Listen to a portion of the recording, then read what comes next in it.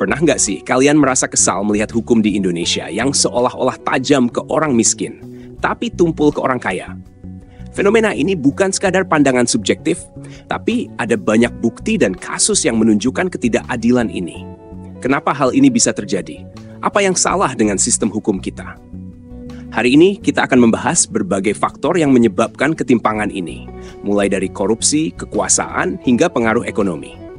Kita juga akan mencari tahu apa yang bisa kita lakukan sebagai generasi muda untuk memperbaiki sistem hukum di Indonesia. Jadi, tetap di sini. Dan pastikan kalian sudah subscribe untuk konten-konten inspiratif lainnya.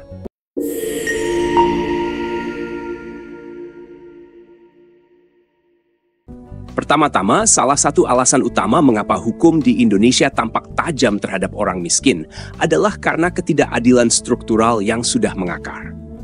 Sistem hukum seringkali dipengaruhi oleh mereka yang memiliki kekuasaan dan uang. Orang kaya memiliki akses ke pengacara yang lebih baik, koneksi yang kuat, dan sumber daya untuk mempengaruhi proses hukum. Sebaliknya, orang miskin seringkali tidak memiliki akses ke pembelaan yang memadai, sehingga mereka lebih rentan terhadap penindasan hukum. Selain itu, korupsi adalah faktor signifikan yang memperparah ketidakadilan hukum di Indonesia. Banyak pejabat dan aparat penegak hukum yang korup yang lebih memprioritaskan keuntungan pribadi daripada keadilan. Orang kaya yang memiliki uang dapat menyuap untuk menghindari hukuman atau memperingan hukuman mereka. Sementara itu, orang miskin yang tidak memiliki uang untuk menyuap seringkali mendapatkan hukuman yang lebih berat. Korupsi ini menciptakan sistem hukum yang tidak adil dan diskriminatif. Tidak hanya itu, ada juga masalah dalam sistem peradilan itu sendiri. Pengadilan seringkali memihak kepada mereka yang memiliki pengaruh dan kekuasaan. Keputusan hakim bisa dipengaruhi oleh tekanan politik atau ekonomi. Hal ini menyebabkan banyak kasus di mana orang kaya berhasil lolos dari hukuman meskipun mereka melakukan kejahatan yang serius. Sebaliknya, orang miskin yang melakukan pelanggaran kecil bisa mendapatkan hukuman yang tidak proporsional. Pendidikan dan kesadaran hukum juga memainkan peran penting. Orang kaya biasanya memiliki pendidikan yang lebih baik dan lebih paham tentang hak-hak mereka dalam sistem hukum. Mereka tahu bagaimana cara melindungi diri dan memanfaatkan celah-celah hukum. Di sisi lain, orang miskin seringkali kurang paham tentang hak-hak mereka dan tidak tahu bagaimana cara mendapatkan bantuan hukum. Ketidaktahuan ini membuat mereka lebih rentan terhadap ketidakadilan. Lingkungan sosial dan ekonomi juga berpengaruh besar. Orang kaya biasanya tinggal di lingkungan yang lebih aman dan terlindungi dari kejahatan. Sementara orang miskin seringkali tinggal di daerah yang lebih rentan terhadap kriminalitas. Ketika terjadi kejahatan, orang miskin lebih sering menjadi tersangka karena stereotip dan prasangka sosial. Hal ini menyebabkan ketidakadilan yang sistematis dalam penegakan hukum. Peran media juga tidak bisa diabaikan.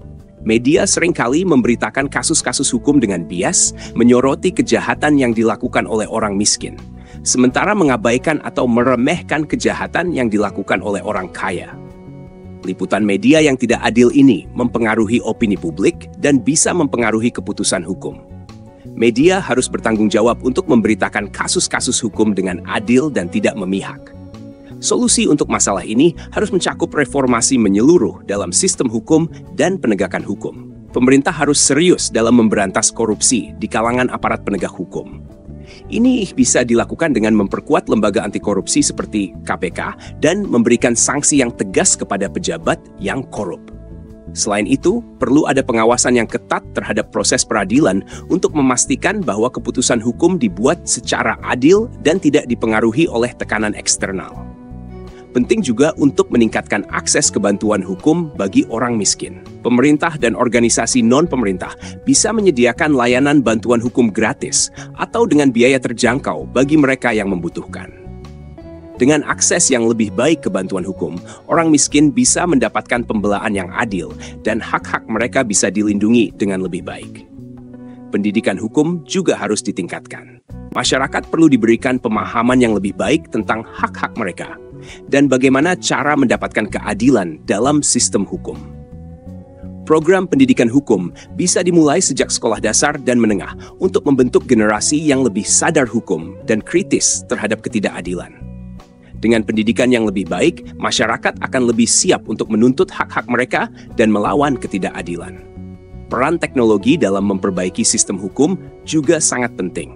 Penggunaan teknologi seperti sistem e-court bisa meningkatkan transparansi dan akuntabilitas dalam proses peradilan. Dengan teknologi, masyarakat bisa memantau jalannya kasus hukum secara real-time dan memastikan bahwa proses hukum berjalan dengan adil. Teknologi juga bisa digunakan untuk memberikan layanan bantuan hukum secara online, sehingga lebih banyak orang bisa mengaksesnya. Selain itu, perubahan budaya juga diperlukan. Masyarakat harus diajarkan untuk tidak mentolerir korupsi dan ketidakadilan. Nilai-nilai kejujuran, integritas, dan keadilan harus ditanamkan sejak dini. Kampanye sosial dan pendidikan publik bisa membantu membentuk budaya yang lebih adil dan bebas dari korupsi. Dengan perubahan budaya, kita bisa menciptakan sistem hukum yang lebih adil untuk semua. Peran generasi muda dalam memperjuangkan keadilan sangat penting. Generasi muda harus berani berbicara dan menuntut perubahan. Mereka bisa terlibat dalam gerakan sosial, kampanye anti korupsi, dan advokasi hukum. Dengan partisipasi aktif, generasi muda bisa menjadi agen perubahan yang membawa sistem hukum Indonesia ke arah yang lebih baik. Kita harus yakin bahwa kita bisa membuat perbedaan dan menciptakan masa depan yang lebih adil. Semoga penjelasan ini membantu kalian untuk memahami mengapa hukum di Indonesia seringkali tajam ke orang miskin, tetapi tumpul ke orang kaya, dan bagaimana kita bisa memperbaikinya. Ingat, perubahan dimulai dari diri kita sendiri dan lingkungan kita. Sampai jumpa di video berikutnya. Abnormal Thinker Squad.